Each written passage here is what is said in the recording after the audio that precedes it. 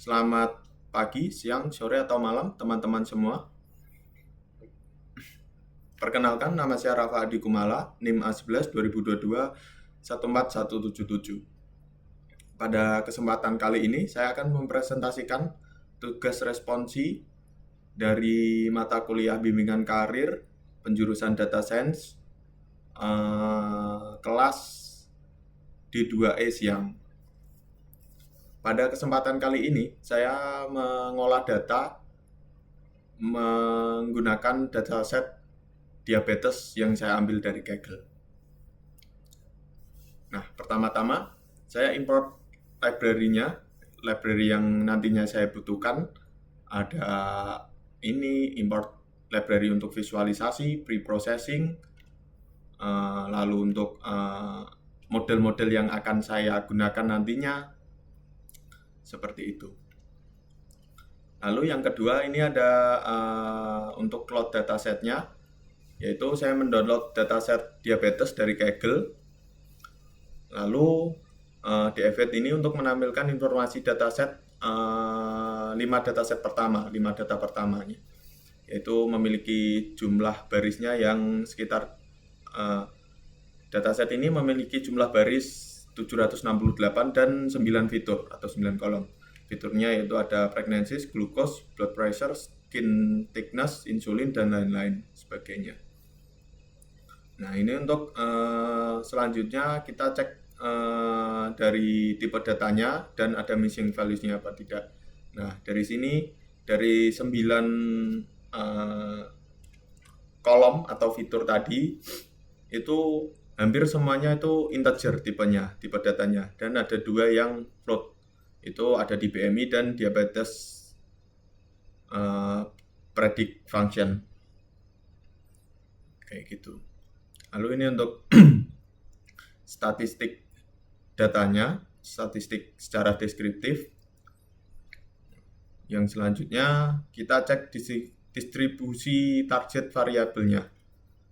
Kan outcome-nya itu kan totalnya yang negatif atau tidak diabetes itu saya beri variabel 0 dengan total 500 data, dan yang positif atau diabetes itu ada 268 data, saya beri variabel 1 dengan tipe datanya integer.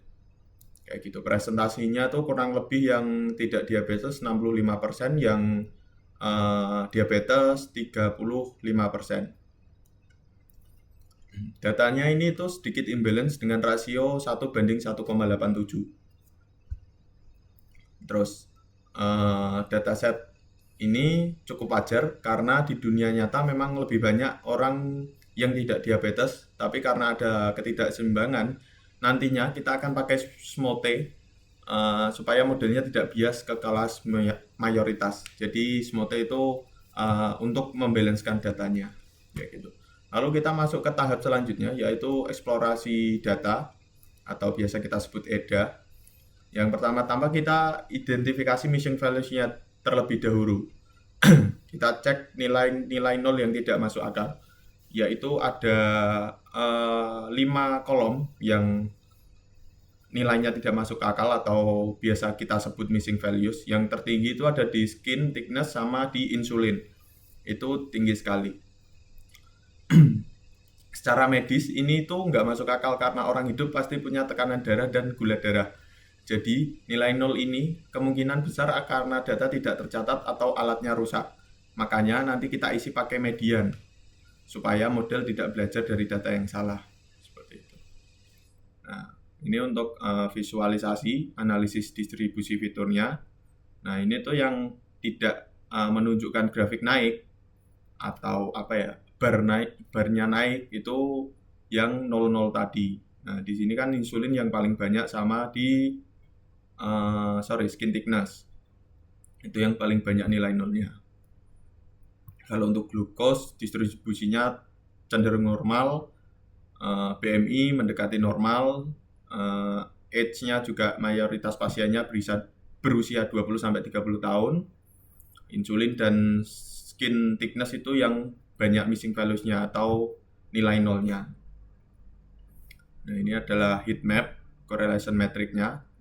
dari dataset diabetes kayak gitu.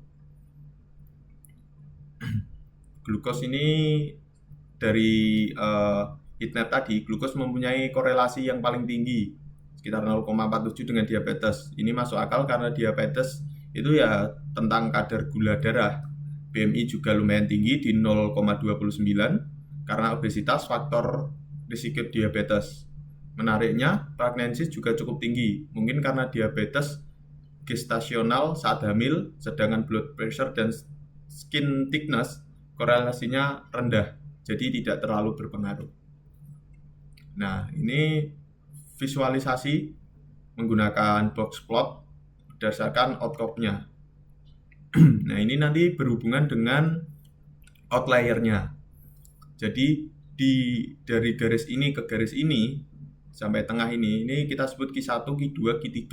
Nah, yang di luar ini kita sebut outliers. Jadi di sini yang paling banyak outliers-nya itu mungkin ada di ini, kayak insulin versus diabetes status. Ini outlier-nya ada banyak. Nah, kalau yang di tengah-tengah ini yang ada warnanya itu data amannya atau data yang nantinya akan yang data yang jelas gitu.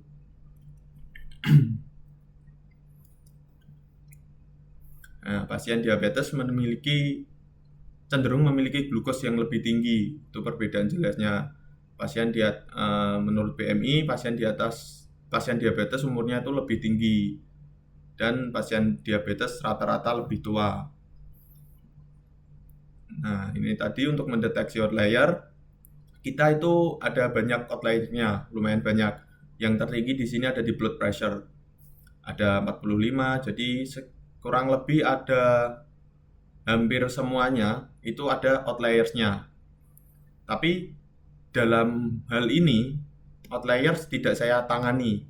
Mengapa? Karena outliers di data medis itu beda dengan data lain. Misalnya ada orang dengan BMI 60 atau insulin 800, itu memang bisa terjadi karena di kondisi medis tertentu. Kalau kita hapus, justru model jadi nggak bisa deteksi kasus-kasus ekstrim seperti ini. Jadi untuk outliers-nya kita pertahankan saja, karena ini bukan error data, tapi memang variasi alami dari kondisi pasien yang berbeda-beda. Seperti itu. Lalu masuk ke data tahap selanjutnya, yaitu ada di data pre-processing. Nah, kita handling missing values-nya terlebih dahulu.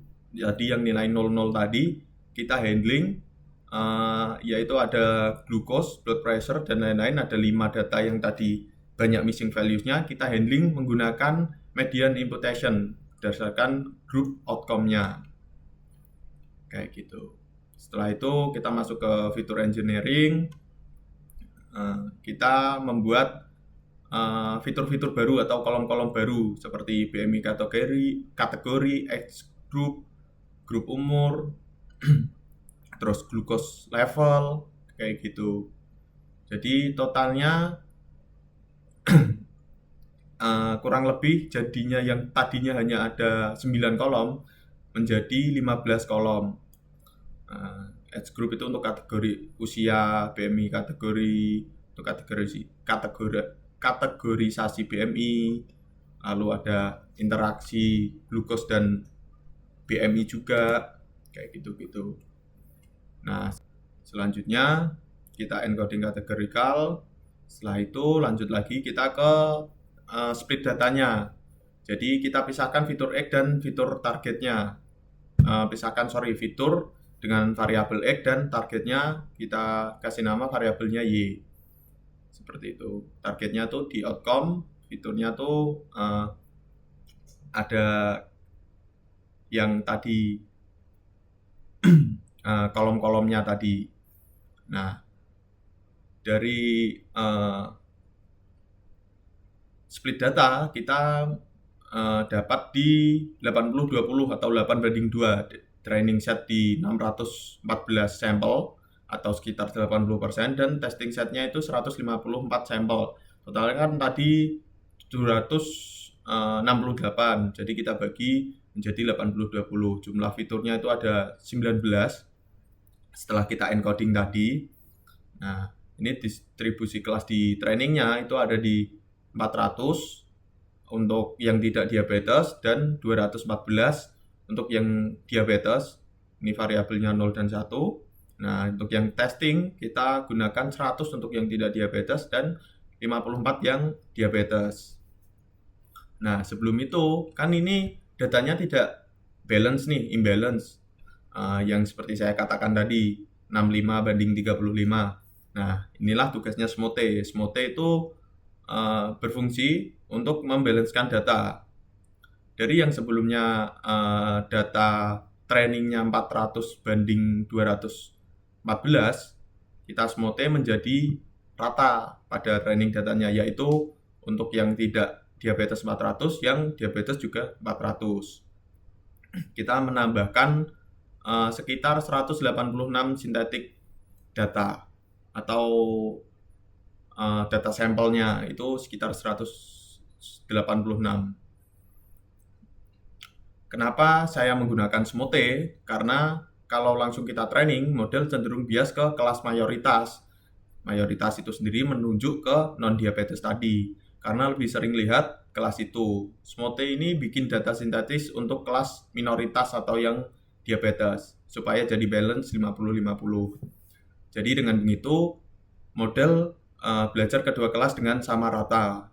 Tapi SMOTE cuma dipakai di training data, bukan di tes data, biar evaluasi tetap realistis sesuai kondisi aslinya. Seperti itu. Nah, lanjut ke fitur scalingnya. Saya menggunakan standard scaler, diterapkan pada semua fitur, 19 fitur tadi. MEAN-nya itu setelah di scaling menjadi 0, dan standarnya setelah scaling menjadi 1 atau 100%. Jadi datanya siap untuk kita modeling. Nah, selanjutnya kita masuk ke tahap pelatihan data. Nah, di sini saya menggunakan 5 model, yaitu ada logistic regression, decision tree, random forest, KNN, dan naive Bayes. Mengapa saya memakai 5 model ini? Karena untuk model-model ini tuh model-model yang paling sederhana. Contoh seperti logistic regression yang paling sederhana dan cepat untuk binary classification, dan bagus untuk baseline, interpretable, bisa lihat koefisien, cocok untuk fitur yang udah di scale. Lalu untuk decision tree, kelebihannya itu bisa tangkap hubungan non-linear antar fitur dan robust terhadap outliers. Soalnya kan kita nggak hapus outliersnya, makanya saya pilih decision tree. Dan mudah diinterpretasi dengan visualisasi tree. Lalu model selanjutnya ada di random forest. Kelebihannya sampelnya lebih banyak daripada decision tree, lebih stabil dan akurat. Handle imbalance datanya dia baik walaupun sudah pakai SMOTE.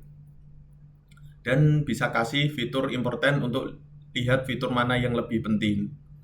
Selanjutnya ada KNN. Kelebihannya ada di algoritma instant base, cocok untuk data medis yang punya cluster, pasien dengan karakteristik cenderung punya outcome mirip, dan butuh data yang di scale, sudah kita lakukan juga. Dan terakhir ada model naive Bayes, probabilistic model, cocok untuk risk assessment, cepat dan efisien, bahkan untuk dataset kecil sekalipun. Dan asumsi independence antara fitur kadang work surprisingly well. Nah, saya menggunakan strategi 5 model ini karena untuk cari tahu dari kelima model ini, model mana yang paling baik untuk berdasarkan metriknya, daripada saya langsung memakai satu model tanpa tahu performanya dibanding yang lain-lainnya, kayak gitu. Setelah itu kita training modelnya, kelima modelnya. Di sini keluar model yang paling baik itu ada di random forest dengan akurasi 88%. Untuk yang paling jelek di sini ada di naive Bayes yaitu 72%. Untuk yang lain-lainnya kurang lebih sama, cuma 3 teratasnya itu ada di nomor 1 random forest, kedua decision tree, dan yang ketiga ada di KNN. Kayak gitu. Lalu kita masuk ke tahap selanjutnya lagi, model evaluation. Itu ada visualisasi berdasarkan 5 model. Nah, ini tadi yang seperti yang saya sebutkan. Di sini yang terbaik itu tetap di random forest dengan dari semua metrik, dari metrik akurasi, precision, recall, advanced score, itu random forest tetap jadi yang terbaik, jadi yang nomor 1 kayak gitu. Terus kenapa random forest menjadi model yang terbaik? Karena memang punya akurasi yang paling tinggi dan juga seimbang di semua metrik. Kayak tadi, beda dengan model lain, bagus di satu metrik tapi lemah di metrik lain.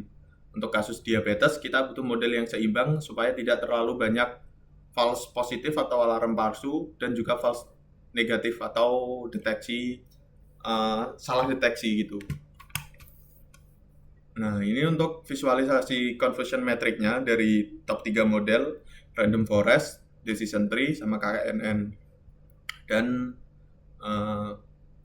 seperti itu, yang tidak diabetes terdapat di 91 data, diabetesnya 46 data. Nah, yang ini yang harusnya diabetes, dia terbaca non-diabetes, terdapat 8, dan yang harusnya tidak diabetes tapi terbaca di diabetes itu ada 9 data. Kurang lebih seperti itu. Ini adalah kurva untuk menampilkan 3 model. Jadi yang semakin tinggi, semakin mendekati ke angka 1 itu adalah model yang terbaik. Kayak gitu. Performanya yang paling baik. Ini adalah classification reportnya dari model random forest. Jadi dia membaca. Nah, mengapa kita membutuhkan SMOTE? Karena ya ini kita bisa lihat buktinya dari sini. Dari sini yang tidak diabetes itu masih tetap tinggi daripada yang diabetes. Itu padahal kita datanya udah kita balancekan, kita udah samakan.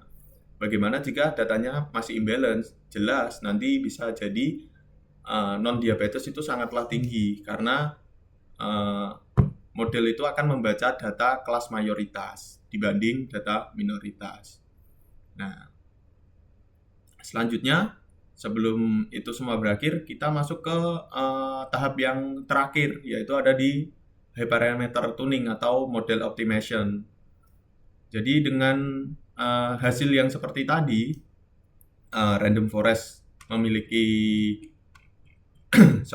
memiliki akurasi 89%, 88 sampai 89%, kita hyperparameter tuning lagi agar mendapatkan hasil yang mungkin bisa jadi lebih baik.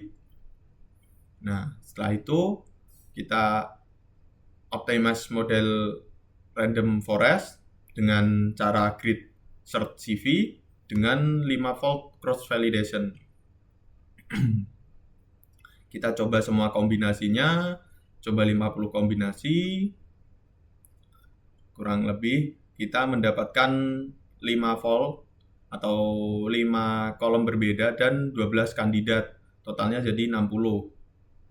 Ini total yang data yang tambahan setelah kita hyperparameter tuning. Setelah itu kita evaluasi modelnya, kita jalankan lagi. Lalu, nah ini untuk hasilnya, hasil dan visualisasinya. Di sini untuk akurasi memang lebih menurun. Yang tadinya sebelum hyperparameter tuning, yaitu 89%. Ini turun menjadi 87%. Untuk precision-nya pun turun dari yang 83% menjadi 79%. Namun, dalam hal ini recall-nya justru dia malah lebih naik. Dari yang awalnya 85% menjadi 87%. Advanced score-nya pun dia ikut turun sedikit dari 84 menjadi 83%.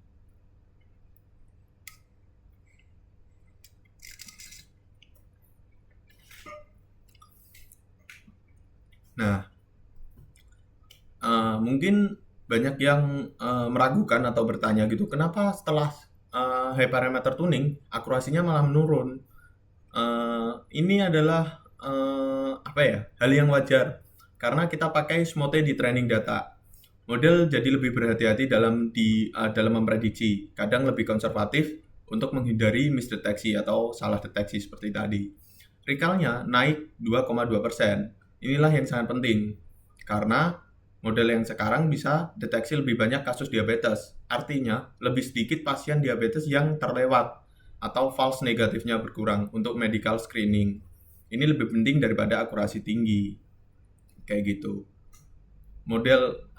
Modelnya setelah tuning ini jauh lebih baik untuk pengaplikasian diabetes screening karena fokus utama kita adalah untuk menangkap sebanyak mungkin kasus diabetes atau high recall-nya, bukan hanya akurasi tingginya. Nah, sebelumnya pun saya juga sudah mencoba outlier saya coba tangani dan nggak menggunakan Smote. Memang kalau saya nggak menggunakan Smote dengan data yang imbalance, akurasinya jauh lebih tinggi. Tapi untuk recall-nya itu hampir mirip-mirip atau bahkan di bawahnya ini. Jadi menurut saya daripada akurasi yang tinggi itu lebih recall-nya lah yang tinggi. Karena apa? Ya karena itu tadi. Ini tuh datanya data medis, jadi bukan apa ya nyebutnya, kayak data rawan gitulah. Jadi lebih baik kita menangkap sebanyak mungkin data atau kasus diabetes atau high recall itu, dan bukan hanya memfokuskan di akurasi tingginya saja. Kayak gitu. Nah, selanjutnya yang terakhir, kita masuk ke fitur terakhirnya. Tahap selanjutnya itu important analysis. Nah, di sini menampilkan 15 fitur terpenting urut dari yang nomor 1 hingga ke-15. Fitur-fitur terpenting mengapa penyebab diabetes itu ada di insulin, insulin glukos BMI, dan lain-lain. Nah, mengapa fitur insulin itu penting? Ini konsisten dengan analisis korelasi sebelumnya, di mana glukos memang punya korelasi tertinggi dengan diabetes.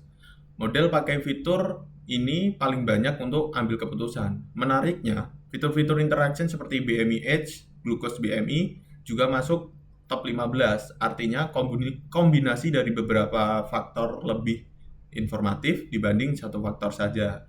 Ini validasi bahwa fitur engineering kita berhasil. Nah, kesimpulannya yang bisa saya dapat dari mengerjakan project ini, proses data science itu bukan cuma train model, lihat akurasi lalu selesai.